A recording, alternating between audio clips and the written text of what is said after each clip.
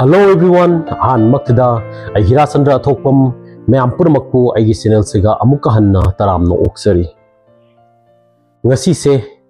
aigi video content se ai tang haidi sembda ai konje kajik tangi nuaite lok akogi arum layo ho hai tare kasi nongni se aduna aisu ai content se katang yang na semge ni tokjabani adubo haksang se kya kana nuai fatabudigi ai video content se sema ai kamjaraktre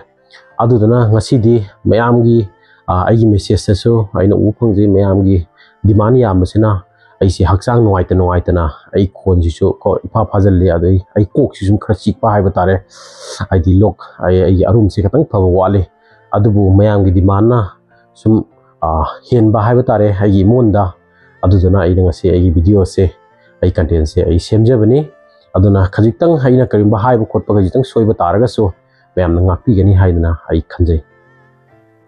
aduna viewers sing ngasi aina boriba video content city akogi sangojen numit pokpa mioi sing ini haiba sangojen numit pokpa mioi sing se makoi se akogi numit ki matung inadi makoi se akogi Jupiter planet na makoi se govern tawi amarom da hairoga akogi guru grahana makoi se rule tawi haiba aikogi Jupiter planet se aikogi solar system da graha myam imarakta mak se kwaidi chawba graha ni haina su khangi aduga masigi graha se a planet of knowledge haina aikogi aduaina su khangnei aduna haiba aikogi ase ye guru graha na rule toriba sangojen mitpoiba mioi singse makhoi se yamna aikogi positive thinker ko wakhan se yamna afaba khanba wakhan jamna chawna khanba adugo mioi su oi aduga loina na makhoi se akogi sum haina basu lei haiba akogi sangojen mi poiba michida poiba akogi mioi singse makhoina khwaidi chanaba akogi machu sidi yellow color se khwaidi chanai haina napu machu se khwaidi chanai haina asimasu sum khangnei aduna viewers sing aina ngasi haijadoriba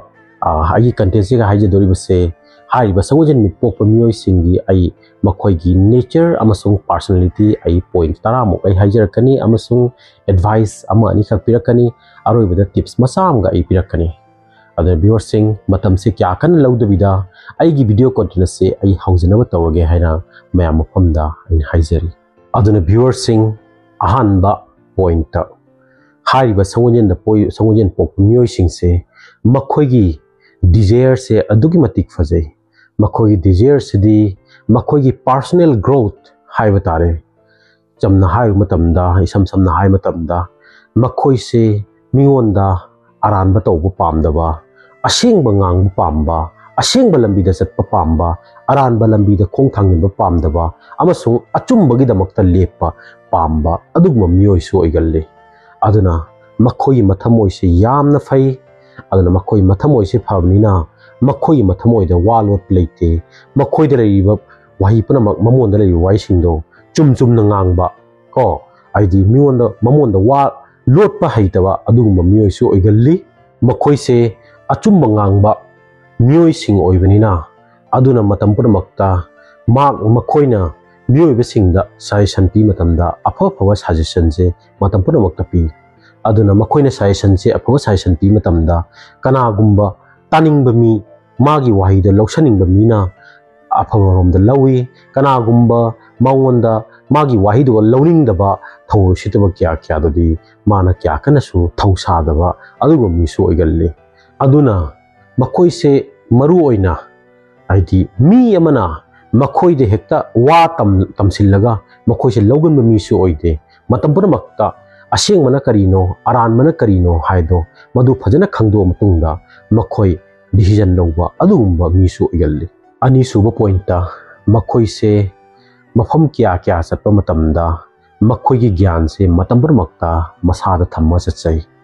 haibadi hiram kya da makhoina mayok na rugudaba ko natraga makhoina thengna rugudaba pot myamdo makhoi masa matonta gyan knowledge kya se makhoi earn tawjaraga masada thamjai kaigino haida mi amna hangpa matamda makhoi adugi pawphumdo khumba ngamnaba natraga makhoina adugi mana saliba sector do natana atopa sector maga kuloidaba sector oiba taragasu makoise adugumba khangdaba sector kya kya adugisu makoise gyan je sum mahidi makoida sum kharaga thammaga akoge achatpa mi se sum oigalli ahum suba point ta makoise hariba sangojen poiba mioi singse makoise yam flexible oi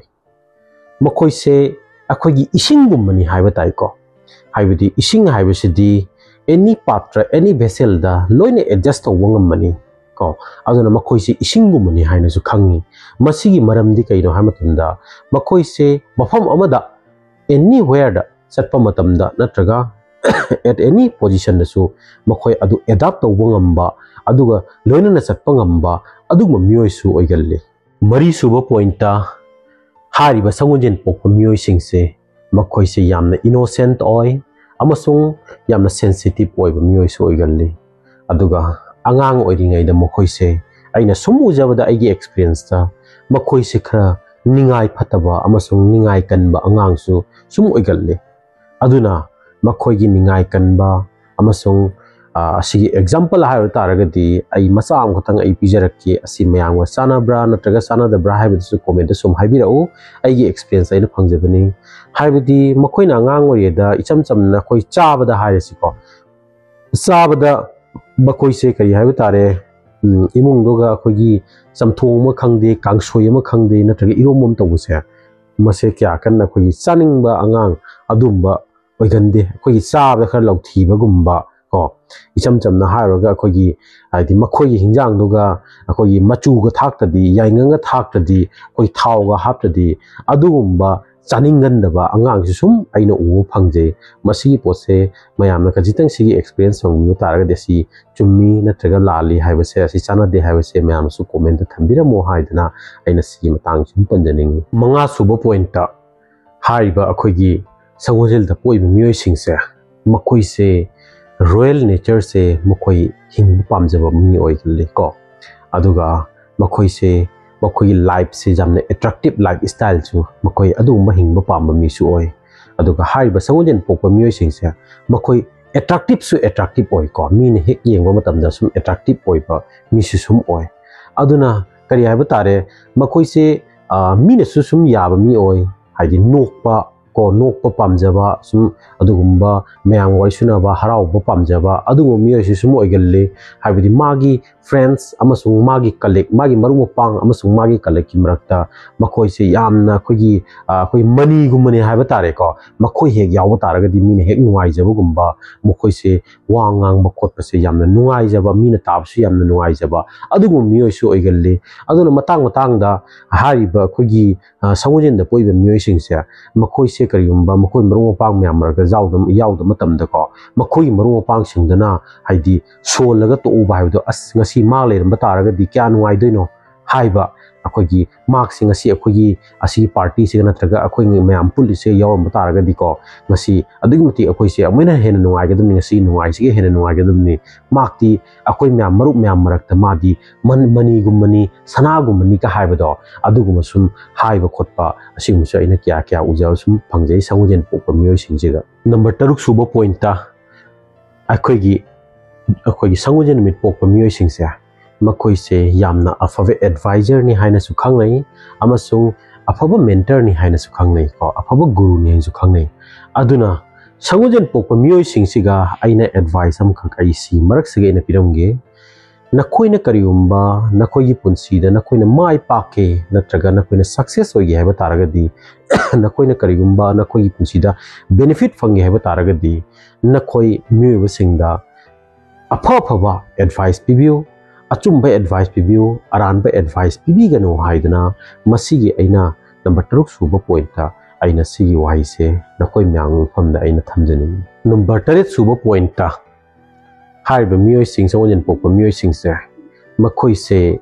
yamna khoigi angang ori dagi ko jamna struggle tawba adugmu mioi su oigalle ko aduga makhoigi imung manungda oirasu makoina yum palaga mou oiba taraga su natraga akoigi yumdugi nupa mo oiba taraga su makoi se responsibility puba mi su oigalli yamna angang oina responsibility puba mi su oigalli amasung makoi se yamna angang oina akoigi matured oiba maturity oiba adugu mi su oigalli aina aigi punsida ai experience aina thengnabada number 9 suba point ta makoi se khagi tit for tat haiba adugumba myoi so igalle tit for tat haiba se myam sum haipe sum khangbiramani masi maram se ai phajana sum ai myam da khangnaba haijarake asigi meaning sidi karigumba sagojen pokpa myoi singse makoina tinariba mi singdo natraga myoi singdo karigumba makoina mangonda namthak tawba taragadi ko adugi same reply do makoisu man namthak tori mongdo makoisu adugi namthak toroga reply hanba ngamba mi sum oigalle chamchamna harubda karigumba aingonda kanagumumna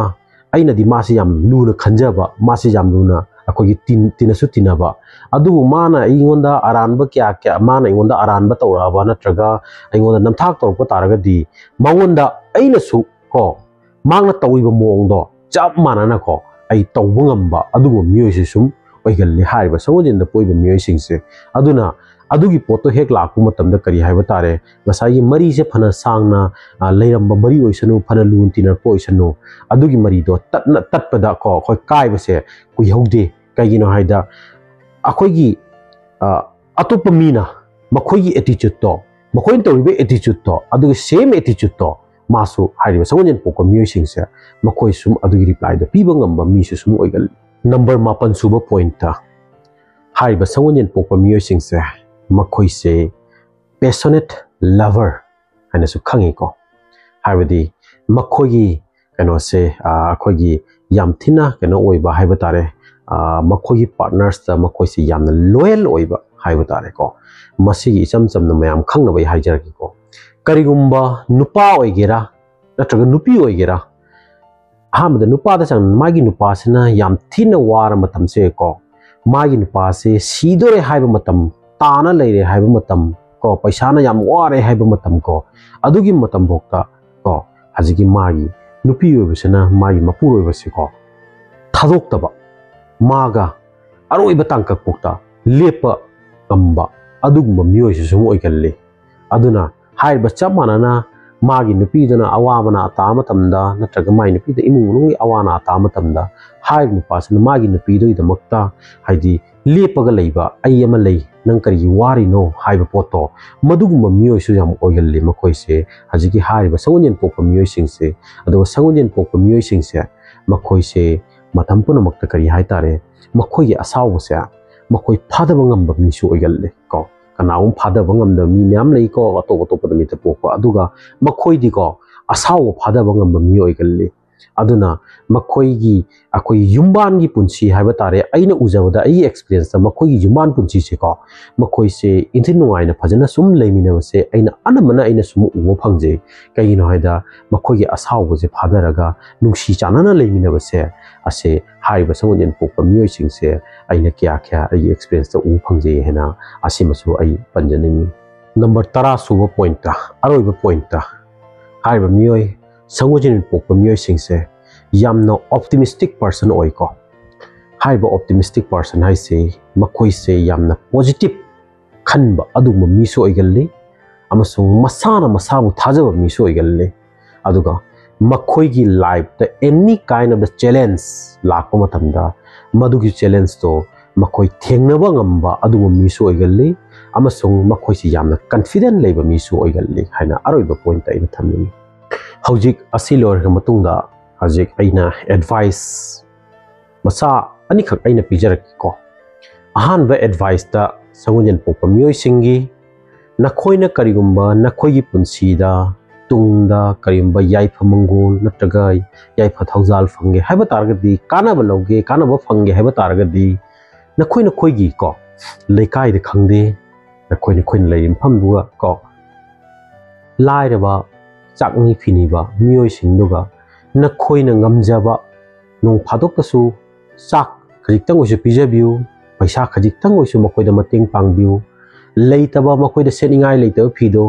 nangi phi alaiba aman bakhangde natraga nang ngamjaba taragadi ahan masam taksu thonbiu haidana ko asigi advice e piningi nakhoina makoida hek adumba taw matamda ko nakhoida kanaba kya kya la kai nakhoi tungi punsida nakhoi charon suron dasu kanaba kya kya lakani haidana masi ahanba advice se aina hairiba sangunjin popa miyoi singsiga aina piningi ani subada asigi advice di amasung si problem makhanam niko sisi hairogadi ko masi hairedana sangunjin popa miyoi sing wakhanda karimu khanbinu aina haidori posidi kaimate ko nakhoi se haidi ese god gifted ni haibisu yai ishora na khoi se yam chanba adugma miyoi singni sangunjin popa miyoi singse aduna nakhoi da guru amagi panghan guru amagi shakti yaubina nakhoi da wangang bagi gyan pibnina nakhoi na khangi ba limit to madu khaktang ngango adugai hena nakhoi da yaudba knowledge to karium matamda ahi akhang sadana ngangbi ganu adugi ahi akhang sana nganguduna nakhoi da gyan lehoduna aduna nakhoi gi punsida khurau thang pa khangde natraga nakhoi life te ko sum problem macha macha